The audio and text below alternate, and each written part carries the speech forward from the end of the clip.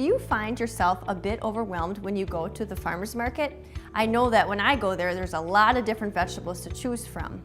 Well, what we're going to do today is we're going to walk you through a couple different vegetables that you can easily prepare.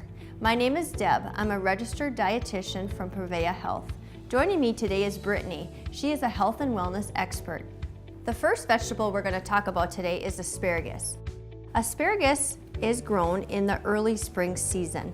Asparagus is good for you because it is high in key vitamins. It also is high in fiber and folate. So with the asparagus, we want to start with it nice and clean. I made sure to rinse it under cold water. I'm going to cut off the ends of the asparagus because that tends to get a little bit woody and thick. And then I also brush the pan with the grapeseed oil. Now we chose grapeseed oil today because it tends to be an oil that's very high in monounsaturated fats. And quite often clients ask me, what type of oil should I use? And they're a little bit hesitant to use olive oil because under high heat, some of the research is showing that the fats may become rancid and then that fat won't be good for you anymore. So grapeseed oil does very well under high heat. Absolutely. So we're just going to lay these out on a nice thin line over the grill. You can use your tongs for that.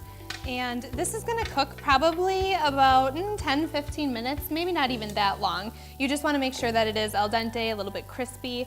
I like to top mine with some pepper here. Absolutely. And when I make this at home, I like to add lemons and almonds also to it, and it really gives it a nice flavor.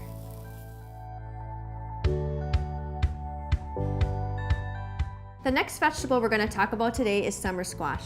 They are very good for you because they are high in vitamin C, also fiber, and magnesium. And they're very easy to prepare. So today we're going to saute the summer squash. I've already put some oil in the pan and I started slicing my summer squash, so just nice bite-sized pieces. I will finish that, and then Deb is also going to add some red bell peppers and parsley just because it gives it a nice color. So go ahead, add that, Deb. Thank you, and I'm going to throw these on in.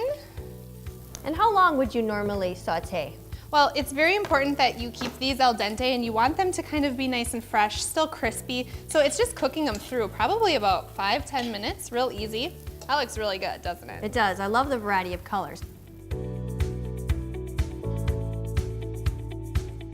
Eggplant is a fall vegetable, and I like eggplant because it's very good for you because it's high in fiber, folate, and potassium. I also really love its purple color.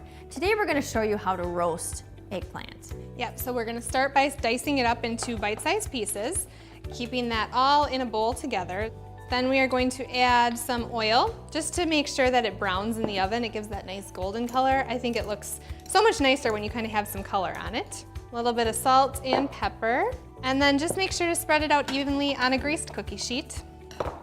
And when I'm at home, I tend to roast it for about a half an hour. But again, you want to make sure that it's not too overcooked because otherwise it'll become really mushy. All these vegetables are from different seasons of the farmer's market, but hopefully this will give you some idea of what they should look like when they're prepared. Now this is the fun part. Let's try some.